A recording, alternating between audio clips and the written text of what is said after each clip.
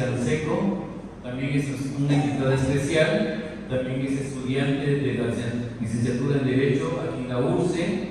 Y bueno, un dato curioso que no conocía, obviamente, porque pues, nos dedicamos siempre a la parte académica. Ella es participante de eventos de poesía, así que vamos a ver que nos invite algún día.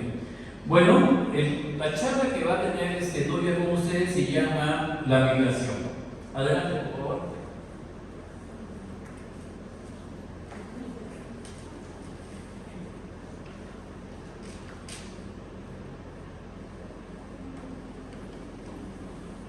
La migración es algo que encontramos en todos lados.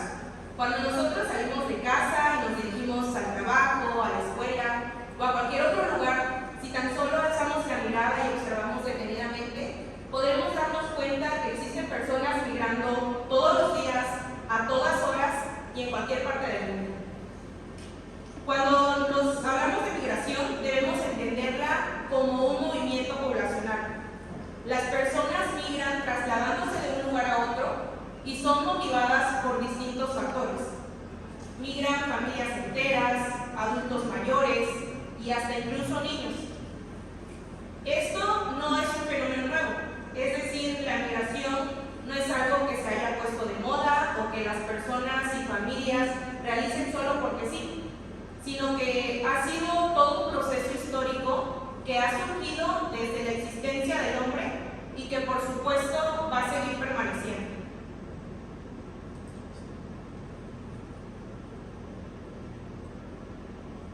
La migración además conecta países, ciudades y comunidades enteras. Las personas al migrar no solo llevan consigo la esperanza de una búsqueda de mejores oportunidades, sino que también importa lo que es su cultura, sus ideales, y todo esto lo comparten, haciendo del país receptor una comunidad pluricultural. Pero para que las personas tomen una decisión tan grande e importante como la que es migrar, debieron haber sido motivadas por distintos factores. El principal, como ya sabemos, ha sido el factor económico. Pero también aquí encontramos otros factores, como el factor social, el factor político y el ambiental, sobre todo, que ha tomado mucha relevancia hoy en día. Cuando hablamos de migración, no solamente deberemos de referirnos a esta hacia que se trate de un solo lugar, sino que también las personas cuando migran llevan consigo la idea de querer regresar a su país de origen. Pero esto no siempre sucede así. Y es ahí cuando nosotros debemos de preguntarnos qué es lo que motiva realmente a los migrantes a ya no querer regresar. Ahora, una de las ventajas de la migración es que genera un gran impulso económico. Las personas migrantes, que generalmente pueden ser personas jóvenes y en edad productiva, aportan de forma activa al mercado laboral, además que aportan lo que son sus conocimientos y habilidades en la mano de obra. Sin embargo, no todo es color de rosa. También podemos encontrar la discriminación y la explotación laboral, que es algo que se ve en el día a día. Y esto les genera a los migrantes un difícil acceso en cuanto a los servicios básicos. Desafortunadamente somos nosotros, las mismas personas, quienes seguimos permitiendo este tipo de actos. En nuestro país, sin embargo, la migración también es todo un motor de crecimiento económico. Las remesas que son enviadas por otros migrantes que se encuentran en Estados Unidos, por ejemplo, representan una fuente crucial de ingresos para las familias mexicanas. Y, por supuesto, para todo esto, ¿qué mecanismos ha adoptado nuestro país frente a la migración? México se ha adherido al Pacto Mundial, ha creado la protección de menores, el Instituto Nacional de Migración y, por supuesto, la Ley de Migración.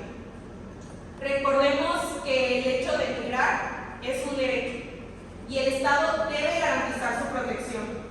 En esta misma ley, como les comentaba, en su artículo 6 establece como una obligación del Estado mexicano a garantizar la protección de los migrantes.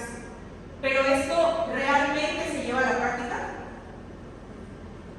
Ahora, las familias no siempre migran solas. Desafortunadamente, muchas veces llevan consigo a los hijos y los menores de edad padecen doblemente el fenómeno migratorio. Uno, de forma directa, y dos, a través de lo que les transmiten los padres. No podemos concebir tampoco a la migración como todo un fenómeno voluntario. También existen las migraciones forzosas y dentro de estas encontramos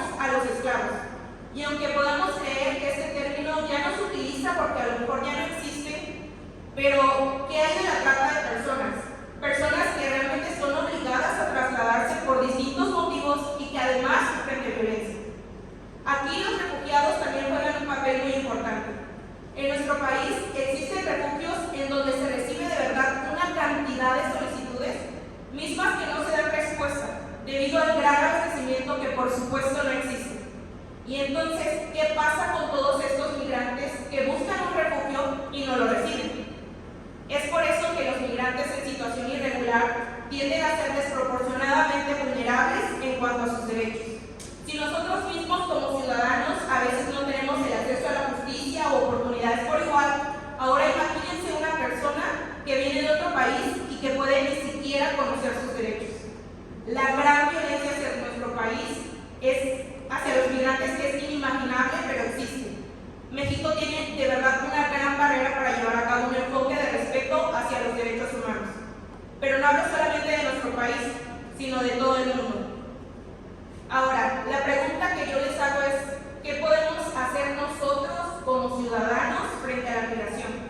Primero, es importante promover la inclusión, dejar de ver al migrante como una persona carente o llena de necesidades, que sí las tiene, pero también debemos de tratarla como lo que es, una persona que tiene derechos. Es por eso que yo los invito a que como ciudadanos, profesionistas, hagamos algo que nos sume como sociedad, proteger los derechos de los migrantes a base de la unión poblacional. No todo es recargar hacia el gobierno y sus políticas migratorias, que sí, mucho deja que desear, pero también podemos contribuir con algo. Recordemos que la migración a lo mejor no podemos frenarla, pero sí podemos controlarla. Es por esa razón que yo los invito a que hagamos algo que nos sume allá afuera, poder reflejar algo a través de la conexión humana. Yo los dejo con una frase que realmente desde que la leí coincidí verdaderamente con el pensamiento.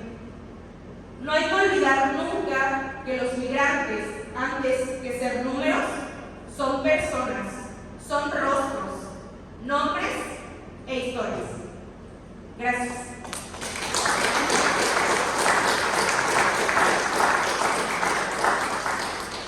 Muy bien, muchas gracias, Nubia. Pues a Nubia también hacemos entrega de su reconocimiento como charlista en este evento esta noche. Muchas gracias, señor Marqués.